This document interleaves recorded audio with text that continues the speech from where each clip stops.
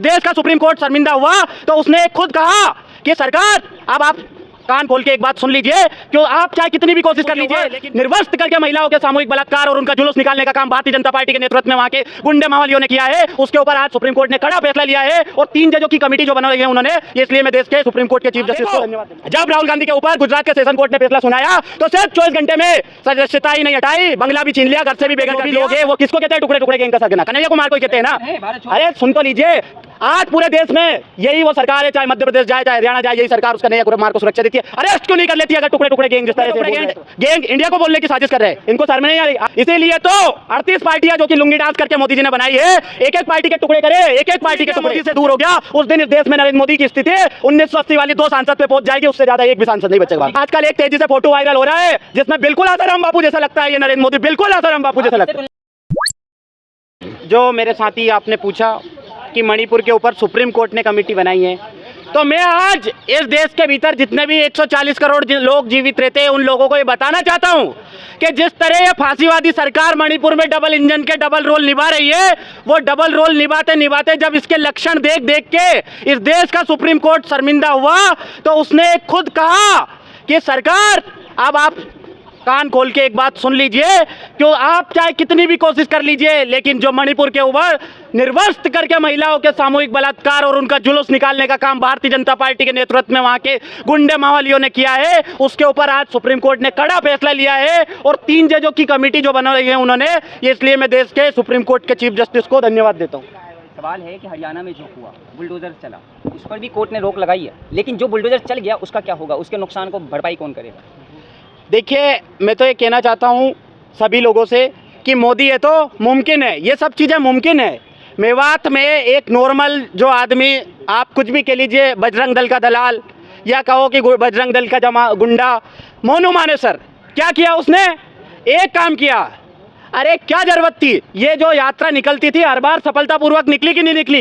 ये एक परंपरागत तरीके से निकलने वाली यात्रा थी और निकल रही थी। वहाँ पे जानबूझ के माहौल खराब करने का काम किया और उसके ऊपर वहाँ उस राज्य का मंत्री उस व्यक्ति का पक्ष करता है। और ये मेवात, नू, ये दिल्ली से लगे हुए एरिया है, बॉर्डर एरिया है, जहाँ थोड़ी दूर पे प्रधानमंत्री भी रहते हैं और तड़ीपार गृह मंत्री भी रहते हैं, और जो बगल में राज्य हरियाणा है वहाँ भी उनकी सरकार है। सब कुछ होते हुए भी वहाँ पे जो घटनाएं घटित हो रही है वो निंदनीय है।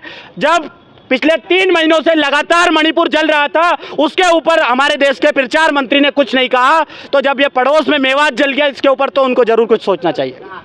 मोदी जी विपक्ष इंडिया को घमंडी कह रहे हैं। मोदी जी एक ऐसे मंत्री है या ऐसे प्रचार मंत्री है या इस देश का वो दुर्भाग्य प्रधानमंत्री है जो कुछ भी अच्छा करने की कोशिश इस देश के भीतर की जाती है तो उसको हमेशा ही गलत साबित करने पे तुल जाता है। चाहे वो हमारे पहलवानों का धरना प्रदर्शन हो, आज ब्रजभूषण कैसे किस तरह से संसद के भीतर सुरक्षित है, हर तरह से आप देखो। जब राहुल गांधी के ऊपर गुजरात के सेशन कोर्ट ने फैसला सुनाया तो सिर्फ 24 घंटे में सदस्यता ही नहीं हटाई, बंगला भी छीन लिया, घर से भी बेघर कर दिया। और आज 4 तारीख को जब फैसला आ गया तो मजबूरन जब कोर्ट जाने की डबल से तैयारी कर ली थी कांग्रेस पार्टी ने कि ये जिस तरह से राहुल गांधी जी को संसद से बाहर रखना चाहते हैं, इसको उसी भाषा में आज मजबूरी में मोदी जी कह रहे हैं कि जो विपक्ष इंडिया है भारत छोड़ो, टुकड़े टुकड़े हैं वो। मैं तो यही कह रहा हूँ, टुकड़े टुकड़े उन्होंने एक जेएनयू के एक व्यक्ति के ऊपर लगाने का प्रयास किया। वो व्यक्ति आज इस देश के भीतर खुलेआम घूम रहा कि नहीं घूम रहा, कन्हैया कुमार बताओ। उसके ऊपर इस देश में कैसी पुलिस वाले ने उनको पकड़ने की कोशिश की। टुकड़े को टुकड़े गैंग का सरगना ये भारतीय जनता पार्टी, बजरंग दल या सरकार के जो भी लोग हैं वो किसको कहते हैं? टुकड़े टुकड़े गैंग का सरगना, कन्हैया कुमार को ही कहते हैं ना। अरे सुन तो लीजिए, आज पूरे देश में यही वो सरकार है, चाहे मध्य प्रदेश जाए चाहे हरियाणा जाए, यही सरकार उस कन्हैया कुमार को सुरक्षा देती है। अरेस्ट क्यों नहीं कर लेती अगर टुकड़े टुकड़े गैंग जिस तरह से बोल रहे हैं? तो टुकड़े टुकड़े गैंग इंडिया को बोलने की साजिश कर रहे हैं, इनको शर्म नहीं आ रही? आप बताओ, इंडिया एक 26 पार्टियों का सांगठनिक एक गठबंधन है जो कि इस तानाशाही फांसीवादी गोड से सरकार को 2024 में अकेले हैं, सब पर भारी है। इसीलिए तो 38 पार्टियां जो कि लुंगी डांस करके मोदी जी ने बनाई है, एक एक पार्टी के टुकड़े करे, एक एक पार्टी के टुकड़े। अब 2 दर्जन से ज्यादा पार्टियां तो ऐसी है जाना का ना कोई विधायक है, ना कोई सांसद है, ना ही कोई क्षेत्र में अस्तित्व है, ना ही कोई वोट परसेंट है। पर जिस तरह से उन्होंने पार्टियां तोड़ तोड़ के बनाई है, चाहे लोक जनशक्ति पार्टी ले लो, उसके भी 2 पार्ट उस गठन से शामिल है, तो वो क्या कर रहे हैं? विपक्ष का मीटिंग से पहले टूट जाएगी गठबंधन। जिस तरह से पटना में विपक्षी गठबंधन की नींव और पृष्ठभूमि रखी गई इस देश के भीतर, उसको संगठनात्मक रूप दिया गया बेंगलोर के भीतर, और जो मुंबई में होने वाली 26-27 अगस्त को मीटिंग होने वाली है उसमें उसको एक तरह से एकजुट होकर सब कुछ फाइनल कर लिया जाएगा। और 2024 अब ज़्यादा दिन बचे नहीं है, लगभग 10 महीने भी नहीं बचे पूरे। इस देश में नरेंद्र मोदी को इस तरह से जनता हराने जा रही है। दोबारा आ रहे हैं 2024 में। मैं कह रहा हूँ दोबारा इनका नाम लेने वाला इस देश के भीतर नहीं मिलेगा। घोषणा कर चुके हैं पहले से ही, तीसरी बार फिर बनेंगे। घोषणा उन्होंने कितनी नहीं की, मैं कह रहा हूँ उन्होंने तीसरी बार में एक और मांगा है कुछ जनता से। तो मैं कहना चाहता हूँ भैया, इस देश में कितने भिखारी हैं। क्या मांगा है? अरे मांग रहे ना कि एक बार और मौका दे दो। पहली बार मांगा था 60 महीने में उन्होंने कहा था कि जो व्यक्ति हवाई जहाज में सफर नहीं कर सकता है, हवाई चप्पल पहनता है, गरीब मजदूर है, इधर उधर मेहनत करता है, सुन तो लीजिए, उसको हवाई जहाज में बिठाने का सपना किसने दिखाया? देश के प्रचार मंत्री नरेंद्र मोदी ने। प्रधानमंत्री हैं, प्रचार मंत्री है, मैं कहना चाहता हूं। और उन्होंने क्या किया? उनके इसी देश में उनके मित्र अडानी के जहाज में बैठकर इस देश की सारी पीएसयूज को बेचने का काम किया। और तो और विदेश में डंका बिल्कुल इस तरह से डंका बज रहा भाई साहब, क्या मैं कहना चाहता हूं, ये बात मैं भूल ही गया था कि आज इस देश के भीतर संसद में जो व्यक्ति जाने के लिए उतावला था, उसको बुलाने के लिए सभी विपक्षी घटक दल मिलकर अविश्वास प्रस्ताव ला रहे हैं कि नरेंद्र मोदी जी अविश्वास प्रस्ताव के बहाने इस देश की संसद में तो आएंगे। देश बदल रहा है, विकास हो रहा है, कहाँ हो आप? मोदी के राज में बिल्कुल देश बदल रहा है। आपको दिख रहा होगा ना कि 3 महीने से इसी देश का एक राज्य जल रहा है, बाजू में हिंसा हो रही है, नू मेवात में लगातार स्थिति बद से बदतर हो रही है। सबसे बड़ी बात, इस देश के प्रधानमंत्री को संसद में बुलाने के लिए अविश्वास प्रस्ताव लाया गया है। क्यों लाया गया है? कि इस देश का प्रचार मंत्री इस देश की संसद से भाग रहा है और उसको इस देश के भीतर संसद में आकर मणिपुर पे जवाब देना ही होगा। जनता मोदी कर रही है, क्या बात कर रहे हैं आप?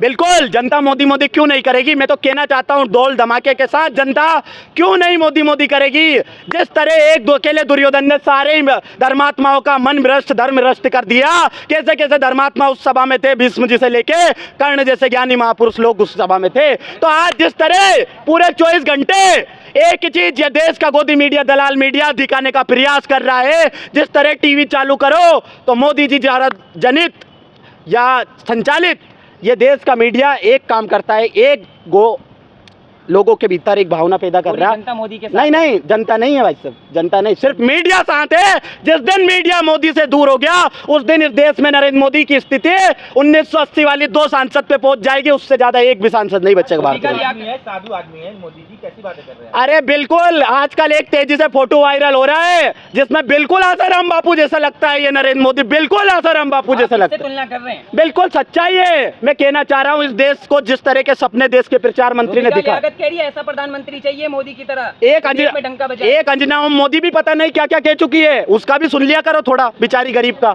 उसका भी भला कर दो। नहीं कहती है क्या नहीं कहा इन लोगों ने? ये वही सभी दलाल पत्रकार है, इनका मुंह देश की जनता देखना नहीं चाहती है, लेकिन वो तो मजबूर हो गए। सीधे आप पे एफआईआर होगी, आप दलाल बोल रहे हैं। अरे दलाल है ही सही, तो दलाल को नहीं, रूबी का लियत पक्की 1 नंबर की दलाल पत्रकार है। राष्ट्रवादी महिलाओं का अपमान कर रहे हैं आप? महिलाओं को अपमान मैं कर रहा हूँ? अरे सुन, मैं एक बात सुन लीजिए, जब इस देश की पहलवान बेटियां बैठी रही जंतर मंतर पर तो उस ब्रजभूषण ने माफी मांगे? बताओ मुझे। क्या राजनीति कर रहे थे वो? क्या बात कर रहे हो भाई साहब? देश के पहलवानों के ऊपर मोदी जी राजनीति कर रहे हैं, ये बात आप खुद बोल रहे हो। मोदी सम्मान करते हैं, भाजपा वाले सम्मान करते हैं। ब्रजभूषण सरकारी दामाद सांसद है और उन्होंने ये जो नारा दिया है बेटी पढ़ाओ में वो साक्षात 1 नंबर पे ब्रजभूषण काम कर रहे हैं। मणिपुर पर नहीं बोल रहे, अभी चुनाव होगा तो मोदी जी मणिपुर जाएंगे। अरे कब जाएंगे? 5 साल बाद जाएंगे, क्योंकि अभी तो वहाँ सरकार बनी है ना। उन्होंने तो कसम खा ली है इस देश को हिंदू मुस्लिम की आग में रोकने का। आप एक बात बताओ, इस देश ने जिस तरह आज सुप्रीम कोर्ट ने मणिपुर के ऊपर संज्ञान लिया, मैं आप सभी लोगों से एक ही बात पूछ रहा हूँ, कितनी बार सुप्रीम कोर्ट टीवी डिबेटों के ऊपर बोल चुका है कि दिन रात आप हिंदू मुस्लिम मत कीजिए, दिन रात आप हिंदू मुस्लिम करोगे तो यहाँ माहौल तनावपूर्ण बनेगा। लेकिन मीडिया क्या करे बेचारी गरीब, उसको तो सरकार कर रही ना ये सब काम। जब जिस देश की सरकार ही तानाशाही हिटलरशाही हो जाए और जिस सरकार ये फरमान सुनाने पे आतुर हो जाए, कह रही है पत्थरबाजों को टाइट करनी चाहिए, इलाज मैं तो होना चाहिए। यार भाई साहब मैं वही कह रहा हूँ कि जो भारतीय जनता पार्टी के विधायक का प्रतिनिधि मध्य प्रदेश में रीवा में एक आदि उसके ऊपर पेशाब करता है, उसके ऊपर क्या करते हो आप? अरे सीएम साहब ने उसको गए थे उसके यहाँ। अरे हमें पता है कैसे गए थे। अब हिंदू जुलूस भी नहीं निकाल सकता। भाई साहब मैं कह रहा हूँ ये मोनू मानेसर गुंडा है कि नहीं है? मोनू मानेसर गुंडा है या नहीं है? मंदिर भी नहीं जा सकता। सब जा रहा है धूमधाम। अच्छा एक सवाल का जवाब दे दो, जब इस देश के भीतर 300 साल से ज्यादा अंग्रेज शासन कर चुके, 700 साल से ज्यादा मुगल शासन कर चुके और लगभग 60 से 65 साल कांग्रेस पार्टी शासन कर चुकी, तब कहीं ना कहीं मुस्लिम लोग पद पे बैठे हुए थे। और आज जिस तरह पूरे देश में सभी मुख्यमंत्री, सभी मंत्री, सभी इस देश के केंद्रीय मंत्री, राज्य मंत्री, कैबिनेट मंत्री सभी हिंदू है, तो हिंदू खतरे में नहीं है, भारतीय जनता पार्टी खतरे में है, देश की सरकार मजबूत हो रहा है हिंदू। देश की सरकार खतरे में है, नरेंद्र मोदी की कुर्सी खतरे में है। अब सत्ता जाने वाली है, नफरत की आग लगाने के पीछे वो हटने वाले नहीं है, देश से सत्ता जाने वाली है। चलिए।